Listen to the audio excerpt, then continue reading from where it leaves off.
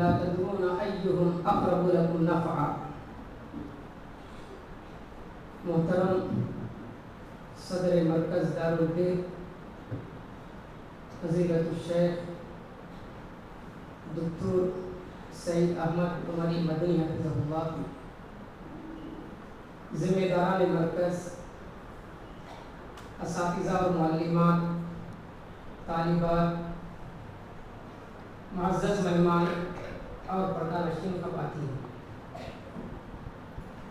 سب سے پہلے میں اللہ تعالیٰ کا شکر بجا لاتا ہوں کہ اس کے فضل و احسان سے آج مجھے آپ کے درمیان حاضر ہو کر اس مرکز کی طالبات کے علمی مظاہروں کو دیکھنے اور سننے کا موقع ملا۔ پھر میں صدر مرکز، اساتذہ اور معلمات کا بھی شکریہ ادا کرتا ہوں جنہوں نے اس انجمن کی صدارت کے لیے میرا انتخاب کیا۔ مرکز کی انجمن اصلاح البنات کا یہ سالانہ اجلاس تھا جس میں طالبات نے اپنا علمی مظاہرہ پیش کیا، تقاریر کی شکل میں، نظم اور مکالمات کی شکل میں۔ یقیناً اس میں طالبات نے بھی اور ان کے معلمین اور معلمات نے بھی بڑی محنت کی۔ عام طور پر عربی تقاریر میں ہم یہ دیکھتے ہیں کہ طلباء چونکہ رٹ کر آتے ہیں بہت سے غلطیاں کرتے ہیں، لیکن میں نے یہ محسوس کیا کہ جو تقریریں عربی زبان میں ہوئیں ان میں بھی طالبات نے کسی قسم کی غلطی نہیں کی، اعراب کی، حرکات کی، جو اس بات کی دلیل ہے کہ اس میں اساتذہ، معلمات اور طالبات نے بہت زیادہ محنت کی۔ ابھی جیسا کہ استاذ ہمارے دکتور سعید احمد صاحب انہیں حفظہ اللہ بھی بتا رہے تھے اور میں نے بھی محسوس کیا کہ جہاں تک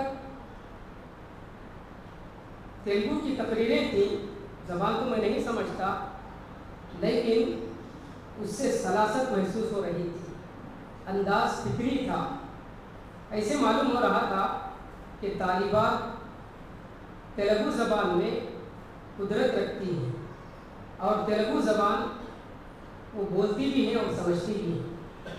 اور سب سے زیادہ جو چیز مجھے اس میں پسند آئی وہ آخری مکالمہ تھا۔ یقیناً ہم یہ بات اچھی طریقے سے جانتے ہیں، عورتوں میں یہ فطری کمزوری ہوتی ہے کہ ان کے اندر نمائش کا جذبہ مردوں کے مقابلے میں کچھ زیادہ ہی ہوتا ہے، چاہے وہ اپنی چیزوں کے معاملے میں ہو، دنیا کے معاملے میں ہو یا دین کے معاملے میں۔ اس مکالمے کے ذریعے مرکز کی طالبات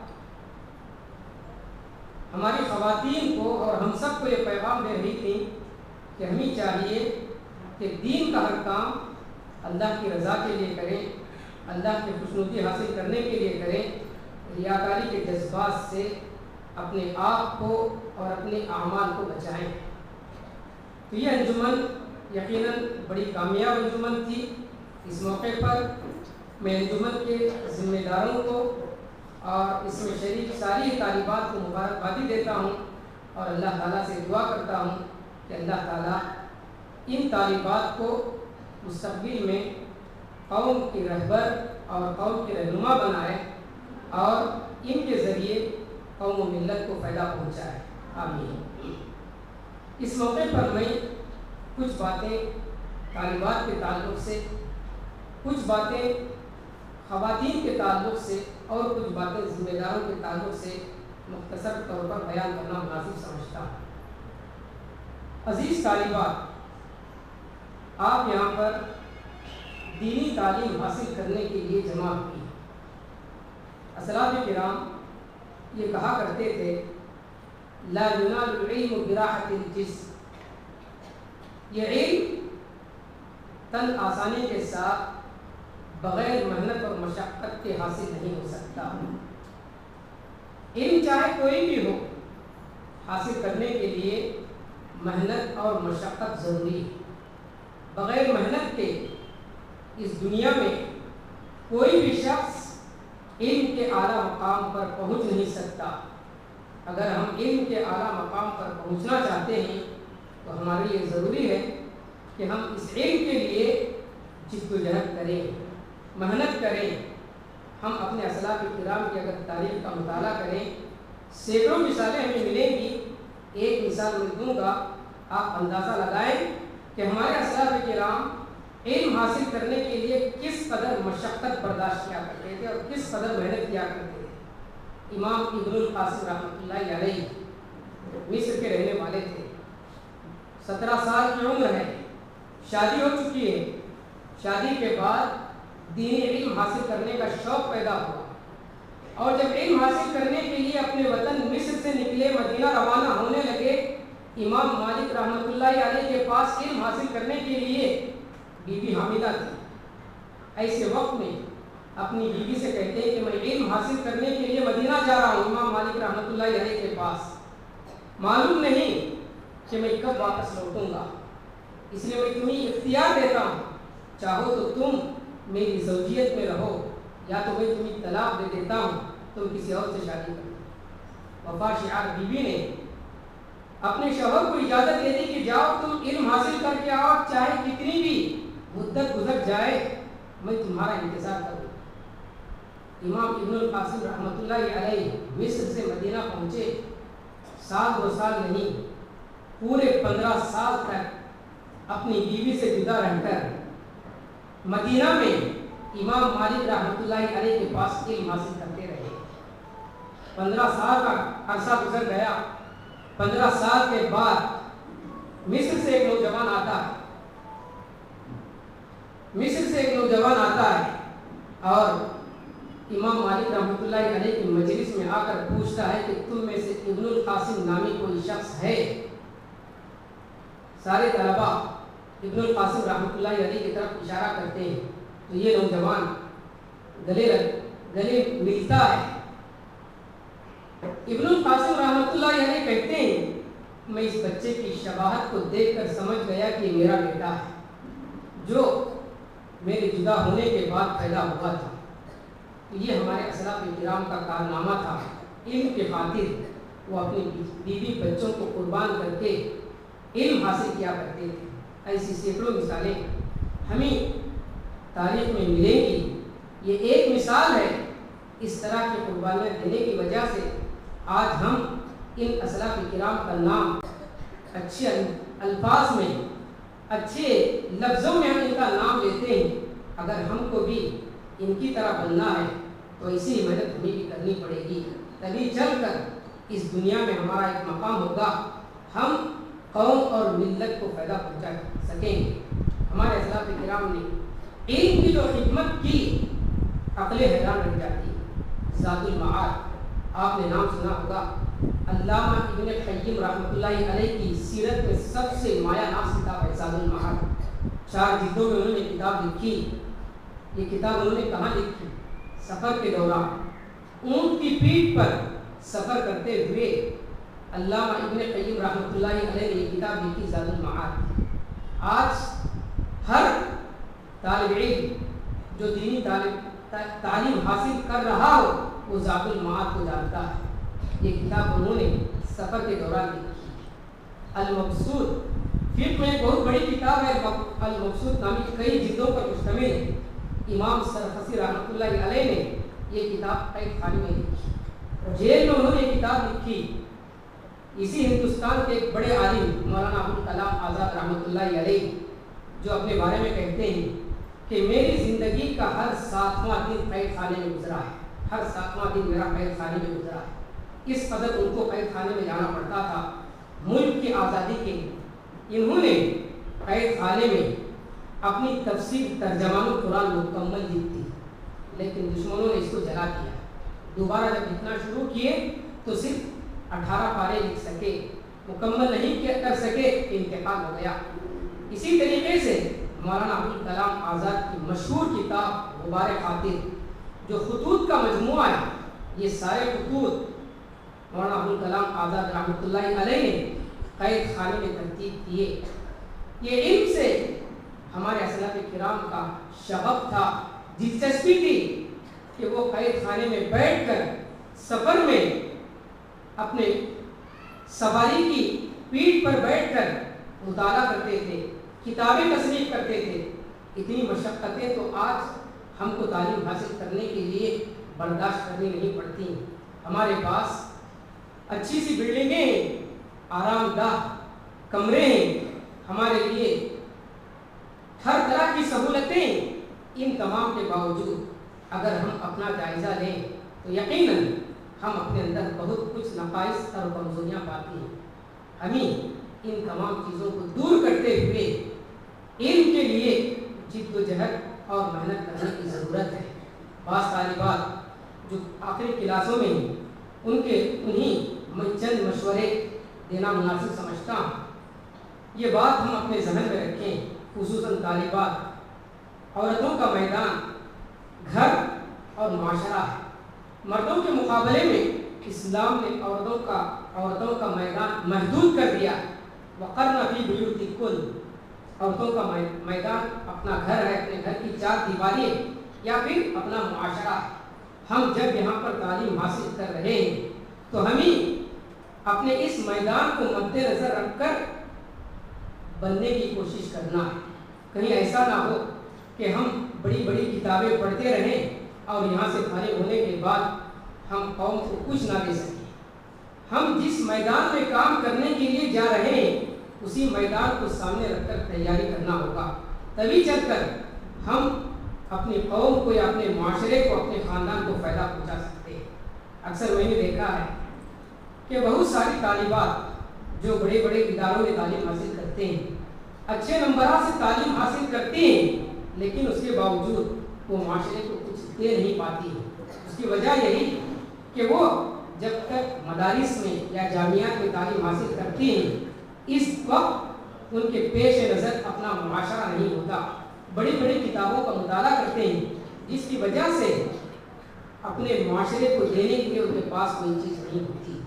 ہمارے لیے ضروری ہے کہ اپنے معاشرے کو سامنے رکھ کر ہم یہاں پر اتنی صلاحیت اپنے اندر پیدا کریں کہ جب ہم اس مرکز سے یا اس مدرسے سے نکلیں تو اپنے معاشرے کی اصلاح کر سکیں، اپنے گھر کی اصلاح کر سکیں اور اپنے خاندان کی اصلاح کر سکیں۔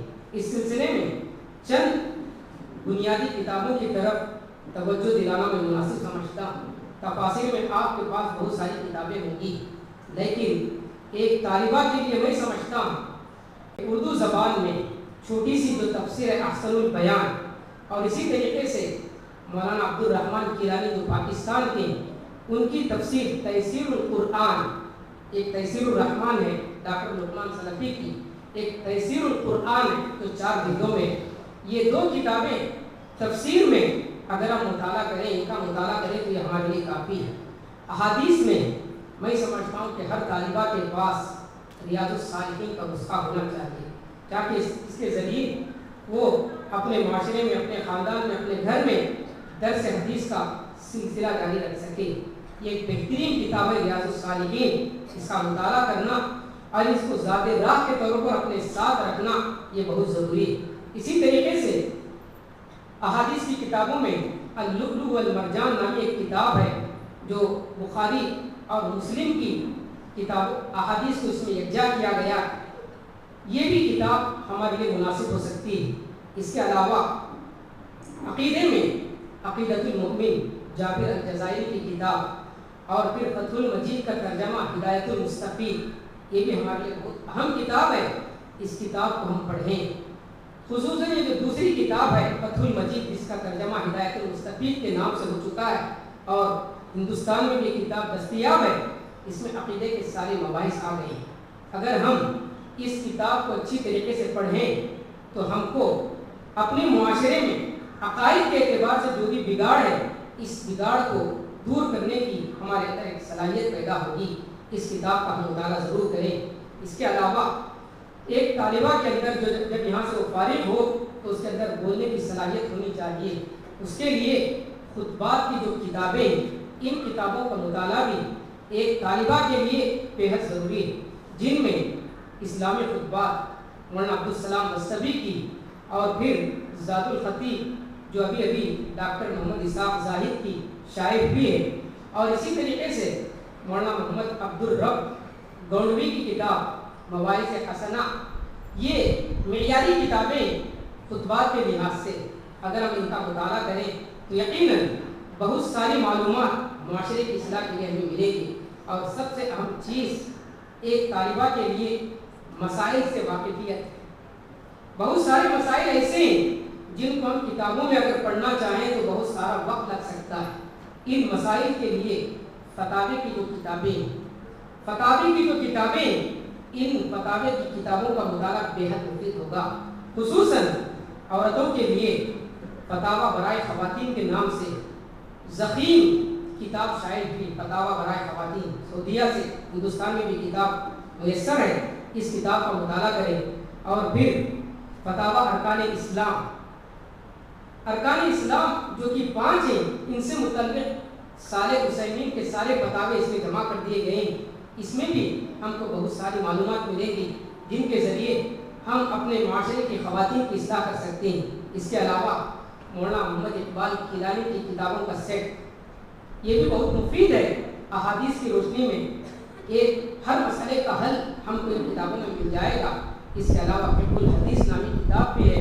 اور پھر ڈاکٹر صالح فوزان کی کتاب فقہ احکام اور مسائل. یہ چند ایسی کتابیں جن کا ایک طالبات کے پاس رہنا میں سمجھتا ہوں کہ بہت ضروری ہے. اگر یہ کتابیں ہمارے پاس رہیں، ان کتابوں کا مطالعہ کرتے رہیں تو یقیناً ہمیں اس مدرسے میں بھی اور یہاں سے نکلنے کے بعد بھی ہمیں بہت زیادہ فائدہ ہوگا. اس بات کا ہم خیال رکھیں. دوسری بات جو مجھے خواتین سے کہنی ہے، جو بھی عورت ہو اس کی 4 حیثیتیں ہوتی ہیں. یا تو وہ بیٹی ہوگی، یا بہن ہوگی، یا پھر بیوی ہوگی، یا ماں ہوگی. اور ہم یہ بات اچھی طریقے سے جانتے ہیں معاشرے کی اصلاح اور معاشرے کے بگاڑ میں عورتوں کا اہم کردار ہوتا ہے.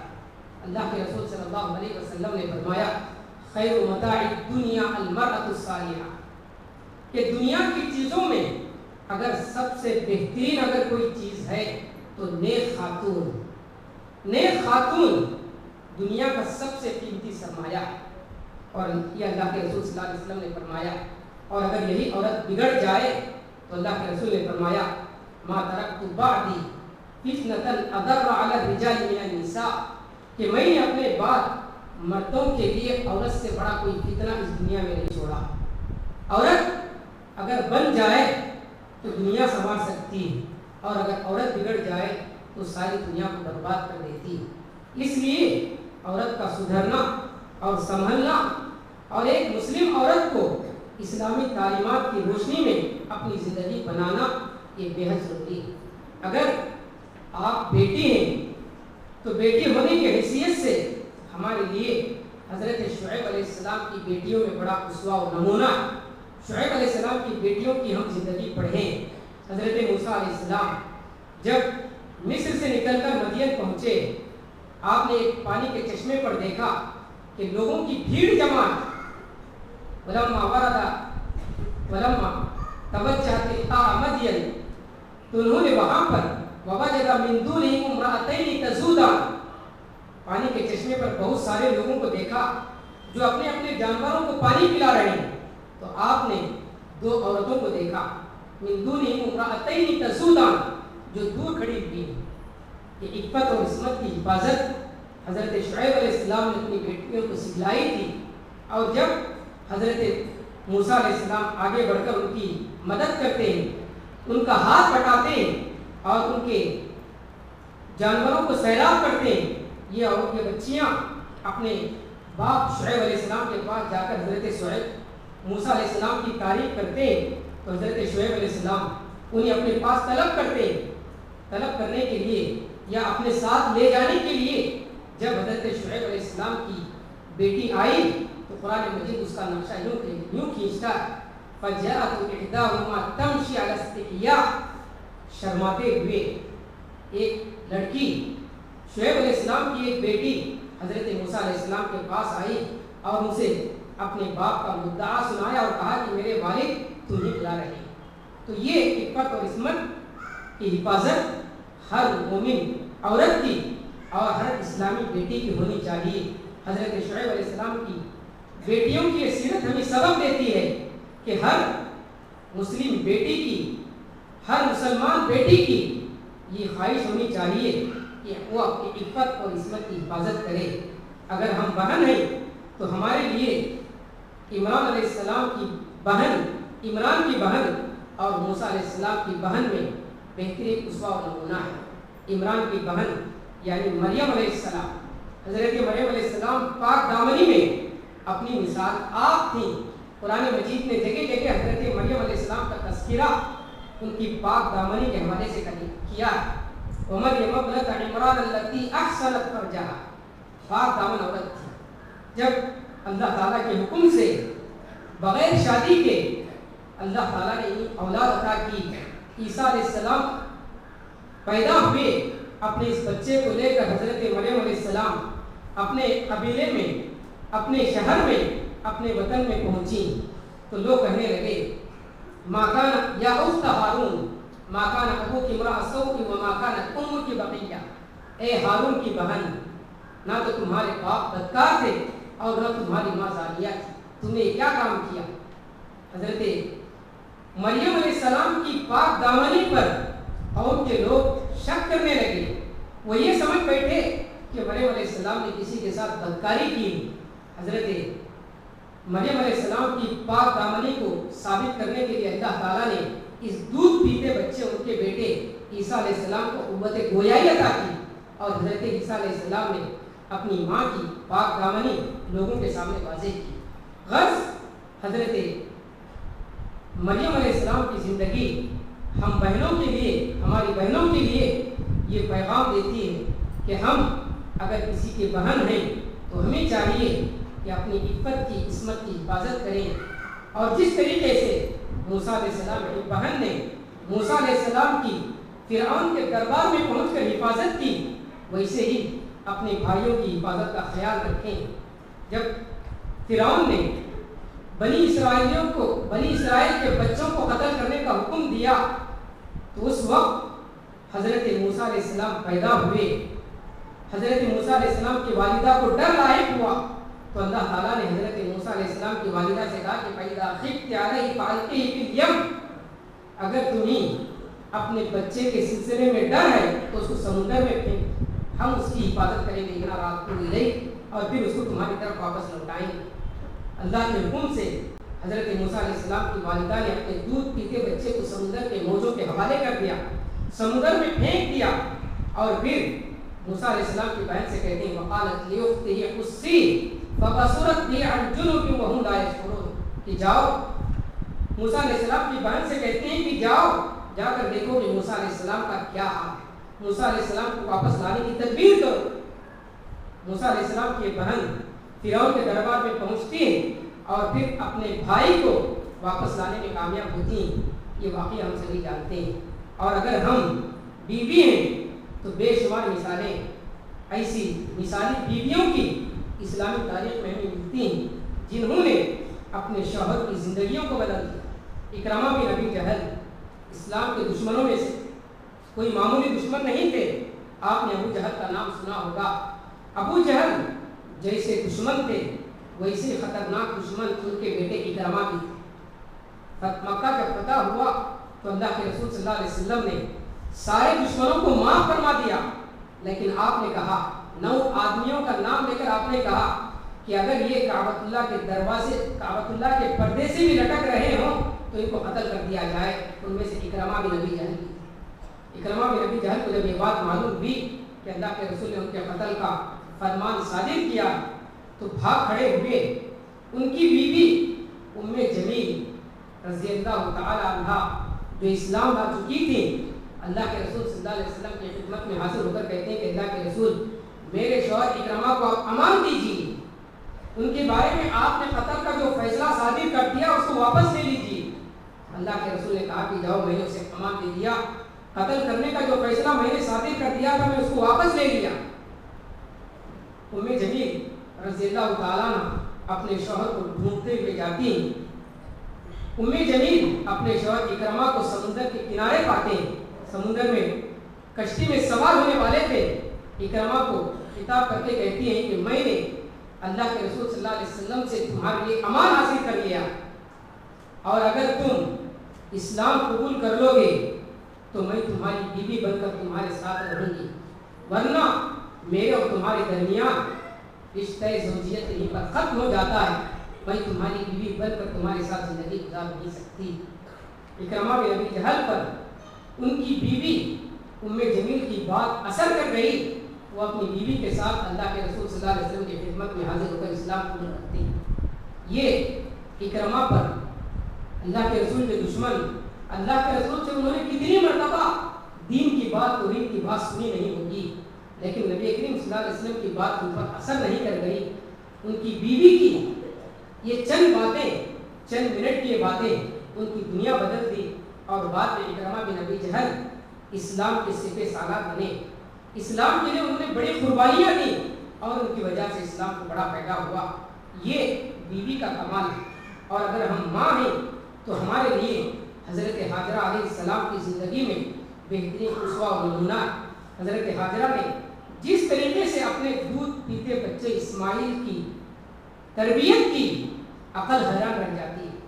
دودھ پیتا بچہ چلنے پھرنے کے جب قابل ہوا، قرآن کے الفاظ میں فلما بلغ معه السعی، جب دوڑنے کی عمر کو اسماعیل علیہ السلام پہنچے، باپ آتے ہیں اور کہتے ہیں کہ انی ارا فی المنام، میں نے خواب میں دیکھا ہے کہ تمہیں ذبح کر رہا ہوں، کہ بتاؤ تمہاری کیا ہے؟